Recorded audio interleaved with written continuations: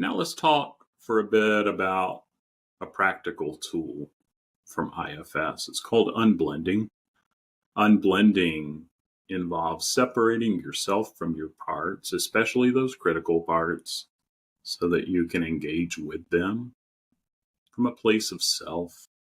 Here's a step-by-step guide to unblending. First, identify the part and notice, like we talked about before, when a part, such as the inner critic, is taking over, driving the bus. You've heard it said sometimes. Acknowledge its presence without judgment, and notice those parts that may be critical and have some judgment coming in. Maybe give them some attention. And then create space. Mentally create some space between yourself and this part. You might visualize stepping back or observing the part from a distance. And then engage with self. Connect with your core, your heart center, your qualities like compassion and calmness, and extend that to those critics and those parts that may be reacting to the critics. Dialogue. From this place of self, engage in a compassionate dialogue with the part. Ask it what it needs and how you can support it. Remind it it's not alone. And then finally, reassure the part that you as the self are in charge and that you appreciate its protective role.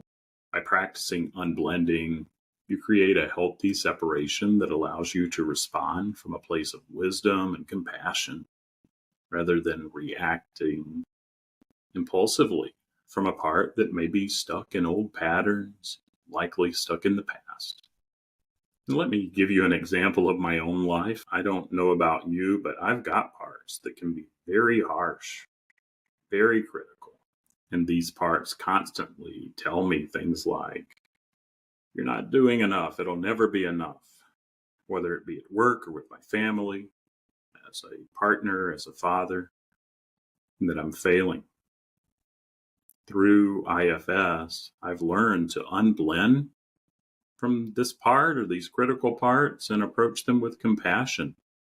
No matter how harsh they are, they're doing the best, but it makes sense that they're parts that are scared of them, that are tired of them getting the attention. And I've learned to give those parts some attention too. And through this, I've discovered that this inner critic, these very critical parts, have been trying to protect me. They're doing the best that they can. They're trying to protect me from fear of being judged by others.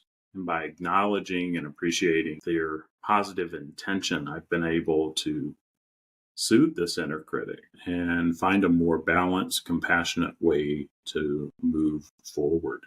And I've found that some of my most fierce critics have become my strongest inner champions who can watch out for me, and those parts that were scared of them find that they're watching out for them too. And there can be more balance and understanding. And they make up the self of me, of who I am. I need my parts that were extremely critical in their less extreme state to have balance in my system and in my life. And the story that we all have, I'm sure, is a testament to the power of self-compassion and understanding, or seeking understanding with curiosity, compassion. And when we approach our inner critics with this type of kindness, we can transform our relationship with them, and in turn with other parts inside of us and with others in the world who have these same parts that come up.